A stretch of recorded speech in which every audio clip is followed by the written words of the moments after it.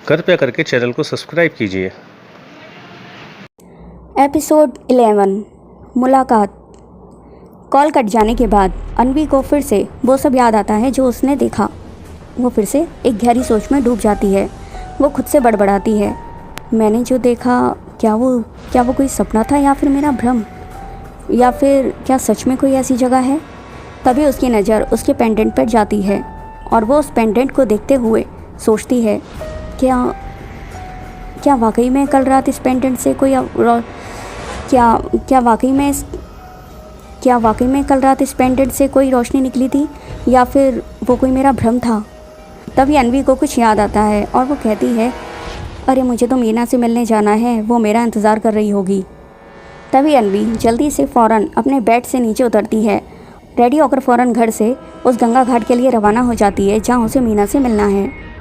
अन्वी जब गंगा घाट पर पहुँचती है तो वो देखती है कि मीना अभी तक गंगा घाट पर पहुँची ही नहीं है। फिर अन्वी मीना को कॉल करती है पर मीना कॉल रिसीव ही नहीं करती। अन्वी 1-2 बार और मीना को कॉल करती है पर तब भी मीना कॉल रिसीव नहीं करती। अन्वी कुछ देर तक वहीं गंगा घाट पर खड़ी रहकर मीना का इंतज़ार करती है। अन्वी अपनी घड़ी में टाइम देखती है। अन्वी को अब इंतज़ार करते करते काफ़ी टाइम हो जाता है। अन्वी को देर हो रही होती है क्योंकि उसे अभी काम पर भी जाना है। अन्वी अब एक आखिरी बार फिर से मीना को कॉल लगाती है कि तभी अचानक अन्वी को एक तेज झटका लगता है। अन्वी सोचती है कि कहीं मीना किसी मुसीबत में तो नहीं, उसे कुछ। अब अन्वी इतना कहते कहते रुक जाती है और कहती है, नहीं ऐसा कुछ भी नहीं है, ऐसा कुछ नहीं हो सकता, ये सब बस मेरे मन का वहम है और कुछ नहीं। अन्वी ऐसा सोच रही होती है कि उसे किसी के ज़ोर से चलाने की आवाज़ सुनाई देती है।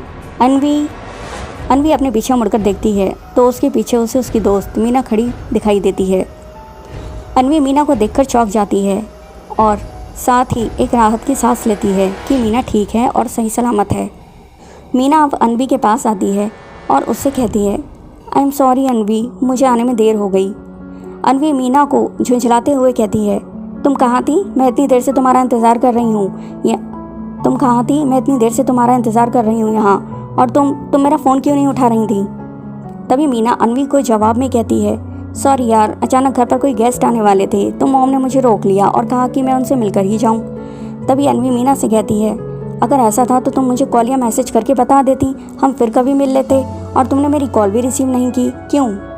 यह कहकर अन्वी वहाँ से वापस जाने लगती है कि तभी मीना उसका रास्ता रोककर खड़ी हो जाती है और कहती है, प्लीज़ मान जाना, इतना गुस्सा मत कर, कम से कम मेरी बात तो सुन ले।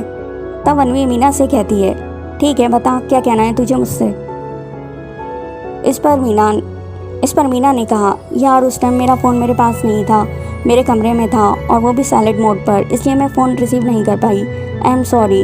इससे आगे मीना अन्वी से कहती है, चल यार अपना मूड ठीक कर और हम लोग मिलकर साथ में कॉफ़ी पीने चलते हैं जहाँ हम हमेशा जाया करते थे। इस पर अन्वी मीना से कहती है, नहीं यार आज नहीं, फिर कभी, आज मैं बहुत लेट हो गई हूँ, अब मुझे चलना होगा काम पर। इस पर मीना अन्वी से जिद करते हुए कहने लगती है, नहीं तुम ऐसे नहीं जाओगी, तो तुम्हें मेरे साथ कॉफ़ी पीनी ही पड़ेगी, हम ज़्यादा टाइम नहीं लगाएंगे, प्लीज़ अन्वी, प्लीज़। तब अन्वी आगे कुछ भी नहीं कह पाती और वो मीना से कहती है, ओके ठीक है बाबा, पर हम कॉफ़ी पीकर फ़ौरन वहाँ से निकल जाएंगे। अन्वी की इस बात पर सहमत होते हुए मीना कहती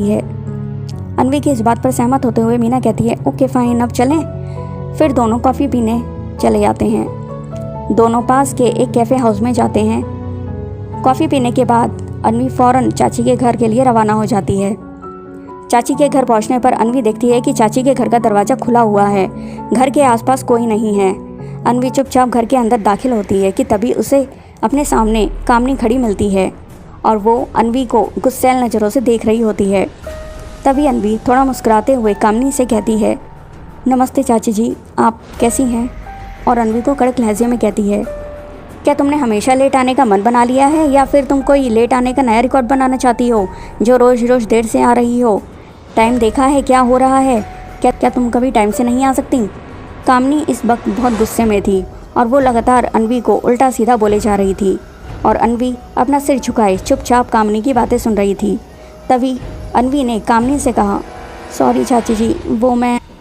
अनवी की बात पूरी होने से पहले ही कामनी उसकी बात काटते हुए उससे कहती है, देखो मुझे तुम्हारी कोई बात नहीं सुननी और ना ही मुझे तुम्हारी किसी बात में कोई इंटरेस्ट है। कामनी अनवी से कहती है, मुझे तुम्हारे ये रोज़ रोज़ के बहाने पसंद नहीं और ना ही मुझसे ये बर्दाश्त होते हैं। अब जाओ यहाँ से, मेरा मुंह क्या देख रही हो, जाकर अपना काम करो। अनवी कामनी से कुछ नहीं कहती, बस चुपचाप घर के अंदर चली जाती है।